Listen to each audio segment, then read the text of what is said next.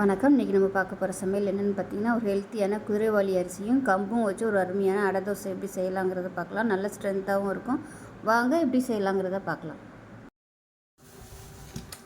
ஒரு பவுல் எடுத்துக்கலாம். இதில் ஏதாவது ஒரு கப் அளந்து எடுத்துக்கோங்க. நான் இந்த கப் எடுத்திருக்கேன். இதில் ஒரு கப் அளவுக்கு கம்பு சேர்த்துக்கலாம். ஒரு கப் அளவுக்கு குதிரைவாலி அரிசி எடுத்துக்கலாம். ஒரு கப் அளவுக்கு இட்லி அரிசி சேர்த்துக்கலாம். 1/4 கப் துவரம்பருப்பு, 1/4 கப் பாசிப்பருப்பு சேர்த்துக்கலாம். 1/2 கப் அளவுக்கு கடலைப்பருப்பு சேர்த்துக்கலாம். 1/4 கப் அளவுக்கு உளுந்து சேர்த்துக்கலாம். இப்போ அதை நல்லா 4-5 தடவை கழுவிட்டு வந்துடணும். கம்புலையும் குதிரைவாலி அரிசியிலையும் அழுக்கு நிறையா இருக்கும். அதனால் நல்லா தண்ணி கிளியராக வர அளவுக்கு கழுவி எடுத்துகிட்டு பார்க்கலாம். இப்போ பாருங்கள், நல்லா சுத்தம் பண்ணிட்டு வந்துட்டேன். இப்போ தேவையான அளவுக்கு தண்ணி ஊற்றிட்டு நல்லா ஒரு 6 மணி நேரம் ஊற வச்சுக்கலாம். நீங்கள் காலையில் செய்ய போகிறீங்கன்னா நைட்டே ஊற வச்சுருங்க. இப்போ இதில் சும்மா ஒரு 1/4 டீஸ்பூன் போல் வெந்தயம் சேர்த்துக்கலாம். 1/4 டீஸ்பூன் சீரகம், அதே மாதிரி 1/4 டீஸ்பூன் போல் சோம்பு சேர்த்துக்கலாம்.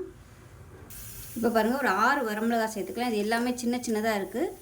இது எல்லாமே நல்லா ஊறட்டும். ஊறினதுக்கப்புறம் பார்க்கலாம். இப்போ பாருங்கள், நல்லா ஊறிடுச்சு. இப்போ இது ஒரு மிக்ஸி ஜாரில் சேர்த்துக்கலாம். நான் கொஞ்சமாக போட்டிருக்கிறதுனால ஒரே பேட்சாகவே சேர்த்துக்கிறேன். இது ரொம்ப அதிகமாக இல்லை.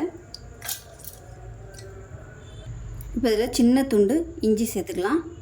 கொஞ்சமாக உப்பு சேர்த்துக்கலாம். தண்ணி தேவைப்பட்டால் ஊற்றிக்கோங்க. ஊற வச்சுருந்த தண்ணி இருக்குது.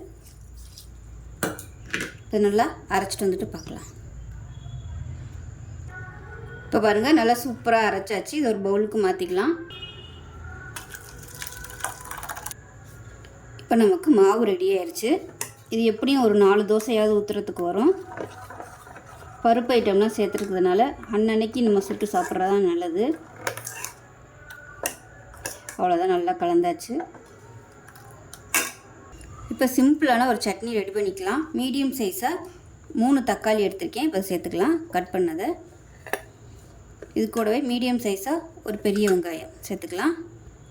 அது கூடவே ஒரு பிடி அளவுக்கு கொத்தமல்லி இலை, ஒரு 4 பல் பூண்டு. இப்போ காரத்துக்கு ஏற்ற மாதிரி மிளகாத்தூள் சேர்த்துக்கலாம். நான் வரமிளகாய்க்கு பதிலாக மிளகாத்தூள் சேர்த்துருக்கேன். 2 டேபிள் ஸ்பூன் அளவுக்கு சேர்த்துருக்கேன்.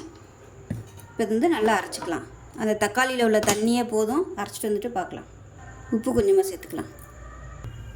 இப்போ ஒரு பேன் எடுத்துக்கலாம். தேவையான அளவுக்கு எண்ணெய் சேர்த்துக்கலாம். எண்ணெய் நல்லா சூடாயிருச்சு. ஒரு டீஸ்பூன் கடுகு சேர்த்துக்கலாம். ஒரு டீஸ்பூன் போல் சோம்பு சேர்த்துக்கலாம். கடுகு பொரியவும் கருவேப்பிலை சேர்த்துக்கலாம். இப்போ அரைச்சி வச்சுருக்க இந்த சட்னியை இதில் சேர்த்துக்கலாம்.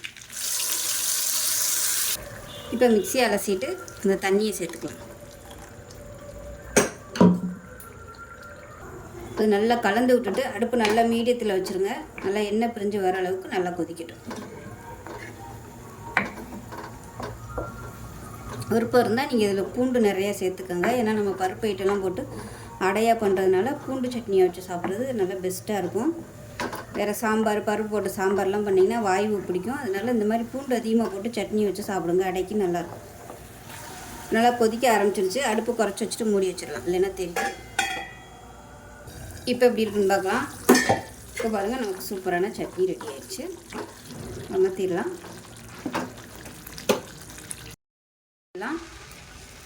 இதில் விருப்பம் இருந்தால் நீங்கள் பொடியாக நறுக்கின வெங்காயம், கொத்தமல்லி, தேங்காய் இதெல்லாம் கூட நீங்கள் போட்டு அடை மாதிரி கூட சுடலாம்.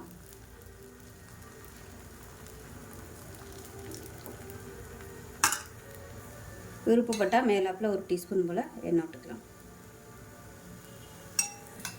இப்போ அதை திருப்பி போட்டுடலாம். இப்போ நமக்கு தோசை ரெடி ஆயிடுச்சு. இப்போ இதே மாதிரி அடுத்து ஊற்றிக்கலாம்.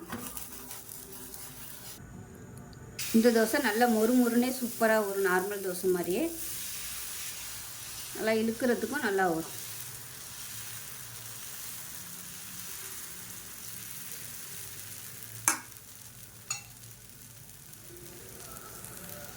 இப்போ 2வது ஊற்றின தோசையும் ரெடி ஆயிடுச்சு. பாருங்கள் எந்த அளவுக்கு நல்லா மொறுமொறுன்னு இருக்குன்னு.